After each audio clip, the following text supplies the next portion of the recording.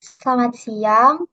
Kami dari kelompok C ingin mempresentasikan mengenai puisi Ruskaya Pisnya yang ditulis pada tahun 1991 oleh Timur Kibirov sebagai salah satu bentuk propaganda pada era Boris Yeltsin. Next. Berikut adalah anggota kelompok kami. Ada Aisyah Gevira, Ajeng Wulan, Haya Abdullah, Kamila Nawal, Nafisa Rizky, dan Syabani Yasmin. Nah, berikut adalah topik pembahasan dalam presentasi kami kali ini. Yang pertama ada Rusia, penjelasan Rusia pada era Yeltsin, serta popularisasi puisi di era ini. Kemudian ada juga latar belakang penulis puisi ini, yaitu Timur Kibirov. Kemudian ada puisi Ruskaya Pisnyanya, kemudian analisisnya, dan terakhir kesimpulannya.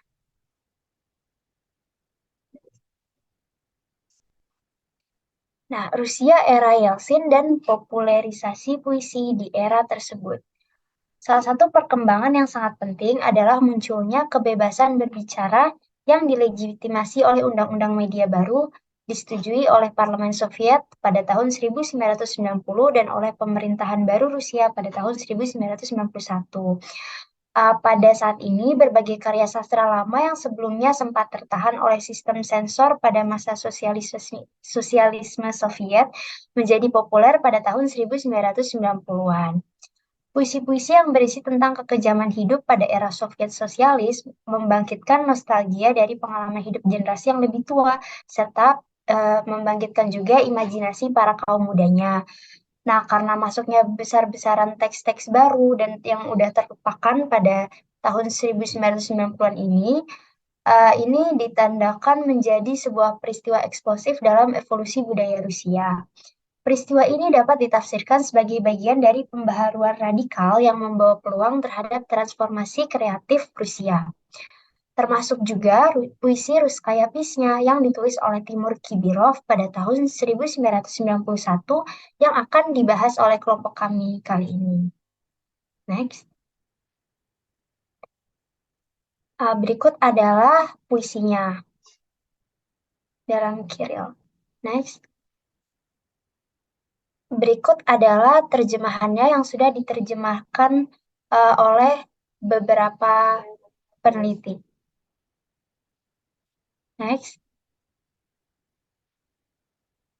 Nah, teori riset. Dalam menganalisis puisi Ruskaya Pisnya ini, kami mengambil pendekatan yang dikemukakan oleh Abrams pada tahun 1953, yaitu pendekatan mimetik yang berdasarkan pada kenyataan atau fakta kejadian asli. Kemudian kita juga menggunakan pendekatan ekspresif, yaitu berdasarkan penulisnya, yang pada kalinya adalah si Timur Kibirov ini, jadi seperti latar belakangnya dan lain sebagainya. Next.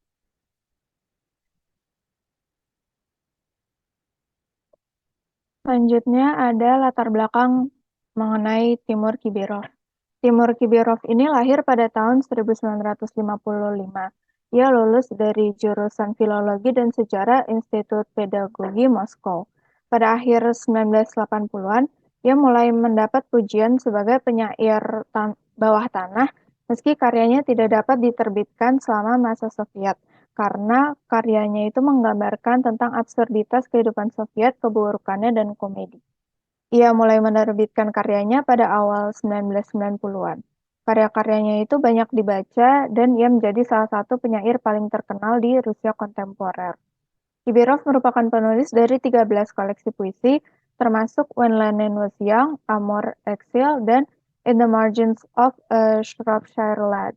Kibirov telah memenangkan banyak penghargaan, termasuk penghargaan anti-Booker, penghargaan terhormat Rusia bernama penyair, dan penghargaan majalah Znamya.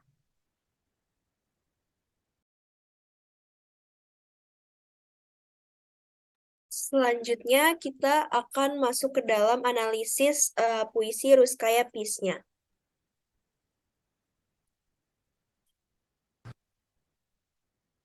Baik, untuk bait pertama, sebagai bait pembuka menceritakan bagaimana Rusia kala itu tidak dapat mempertahankan dan melestarikan penulis-penulis hebatnya seperti pada zaman lampau. Dalam hal ini, Rusia dapat dikatakan tidak lagi menjadi negara penghasil sastrawan terhebat seperti Rusia pada zaman imperial.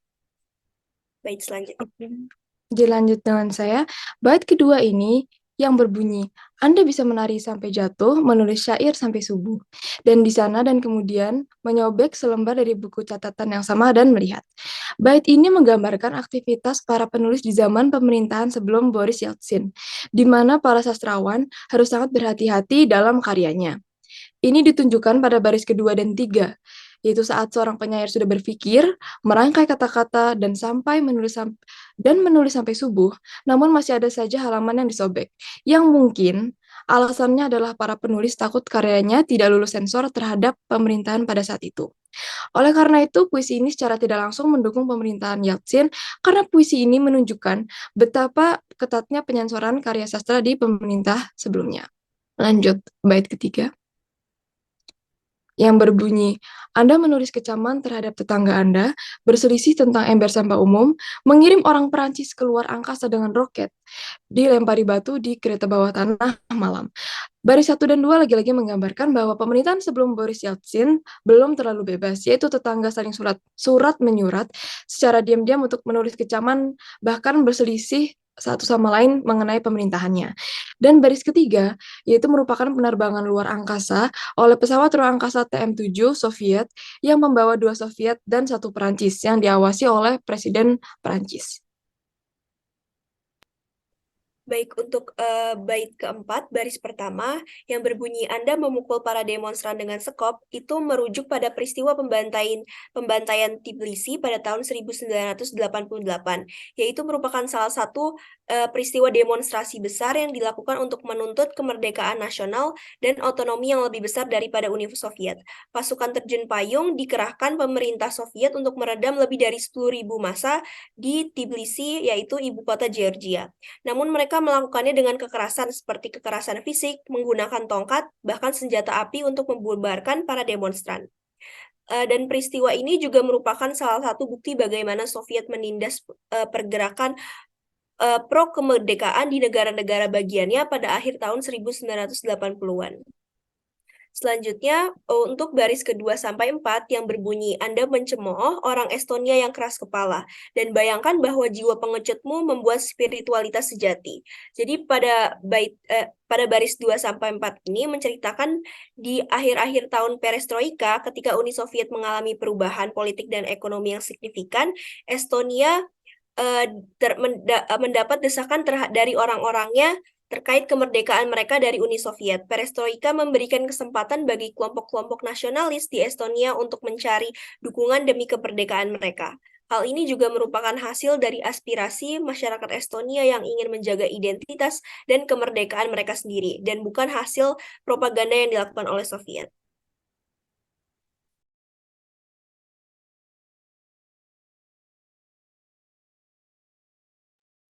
Baik, selanjutnya ada bait kelima yang berbunyi, didekularisasi terus-menerus, Anda menangis karena belas kasihan. Melupakan Kristus, Anda sibuk melukis telur-telur Paskah, Anda bekerja keras seperti para budak membangun pabrik dan jalan untuk menabung untuk mantel musim dingin. Pada bait kelima ini, baris ke-1 merujuk pada peristiwa deportasi, pemenjaraan, dan pembantaian rakyat Kulat pada tahun 1930 sampai dengan 1933 yang disebut juga sebagai dekulakization. Kemudian pada baris kedua, menggambarkan bagaimana rakyat Soviet kala itu melupakan Tuhan karena sibuk melakukan ajaran agama, nilai-nilai yang dibawa oleh Soviet, tapi melupakan Tuhan karena tidak boleh dilarang oleh pemerintahan sebelumnya. Pada baris ketiga dan keempat menunjukkan bagaimana rakyat bekerja sangat keras di bawah pemerintahan Soviet lalu hanya untuk memenuhi kebutuhan utama untuk sekedar bertahan hidup.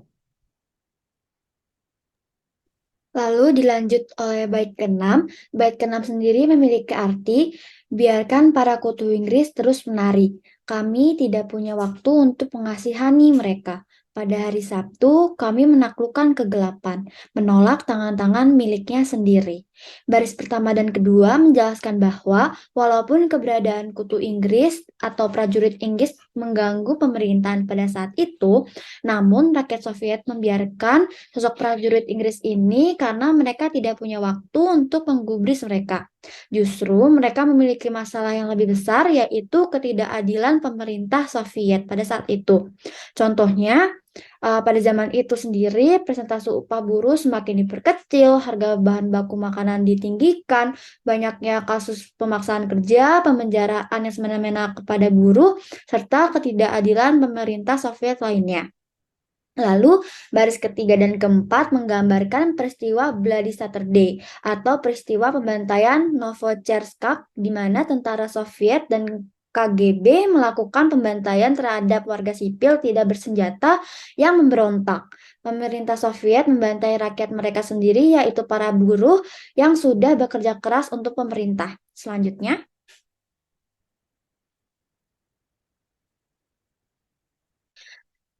pada bait ketujuh memiliki arti, oh setiap raihan tangan terakhir Anda di gerbang kota. Setiap koin terakhir Anda yang tergenggam di tangan, setiap tegukan terakhir alkohol gratis Anda, lilin Anda bersarang di setiap kepala terakhir. Cara garis besar pada bait ini menggambarkan bahwa kata последний atau terakhir yang muncul beberapa kali menunjukkan situasi yang mencerminkan akhir suatu periode atau keadaan, di mana pada baris terakhir dijelaskan bahwa periode Lenin sudah berakhir. Namun, dampak dari kepemimpinannya bersarang atau menghantui setiap rakyatnya. Kemudian bait 8 yang diterjemahkan menjadi dengan penuh kesedihan, Anda mengalihkan pandangan dari tiang gantung. Pushkin harus menggambarkan rasa malumu. Tapi apa jawaban untuk para pembantai yang sama saja itu? Baris pertama ini menceritakan mengenai peristiwa Desembris, di mana pejuangnya banyak yang digantung, dimasukkan ke penjara, dan diasingkan ke Siberia. Bait kedua itu menyampaikan bahwa Pushkin pernah membuat puisi mengenai peristiwa Desembris ini. Baris ketiga dan 4 ditujukan kepada para pembantai yang menggantung mereka yang berjuang di peristiwa Desembris itu. Baris ini mempertanyakan mana tanggung jawab para pembantai ini terhadap apa yang telah mereka lakukan.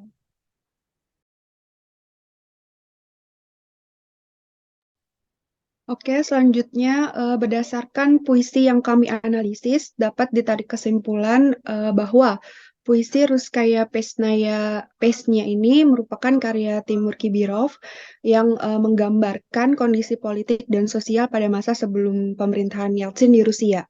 Puisi ini mencerminkan kekecewaan dan perlawanan penulis terhadap pembatasan kebebasan berbicara serta kreativitas yang mereka alami pada masa itu.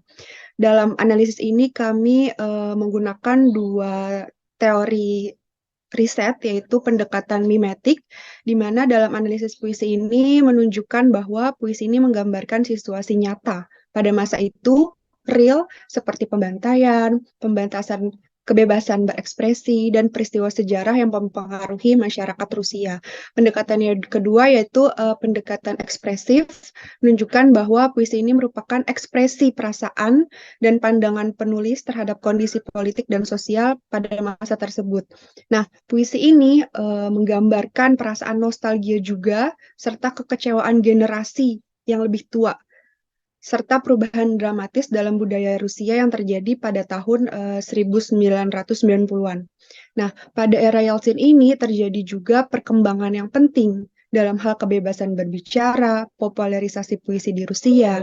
Karena undang-undang media baru yang disahkan pada tahun 1990 membuka pintu bagi kebebasan berekspresi dan karya sastra yang sebelumnya terhalang oleh sistem sensor pada masa sosialisme Soviet. Nah, yang kemudian menjadi populer pada tahun 1990-an ini. Nah, hal ini mengarah pada perubahan dramatis dalam budaya Rusia dan peluang untuk transformatif kreatif gitu. Analisis per bait yang telah kami analisis menggambarkan gambaran umum mengenai perasaan dan pandangan penulis terhadap kondisi politik dan sosial sekali lagi pada masa itu. Secara keseluruhan juga puisi ini merupakan representasi dari perjuangan dan perubahan yang terjadi pada masa sebelum pemerintahan Yeltsin di Rusia, serta pengaruhnya terhadap kebebasan berbicara dan ekspresi dalam dunia sastra. Selanjutnya. Ya, ini merupakan referensi yang kelompok kami pakai untuk membuat presentasi ini. Next. Oke, sekian presentasi dari kelompok kami mengenai puisi Russkaya Pechnaya karya Timur Kibirov sebagai salah satu bentuk propaganda pada masa Boris Yeltsin. Kurang lebihnya mohon maaf, terima kasih.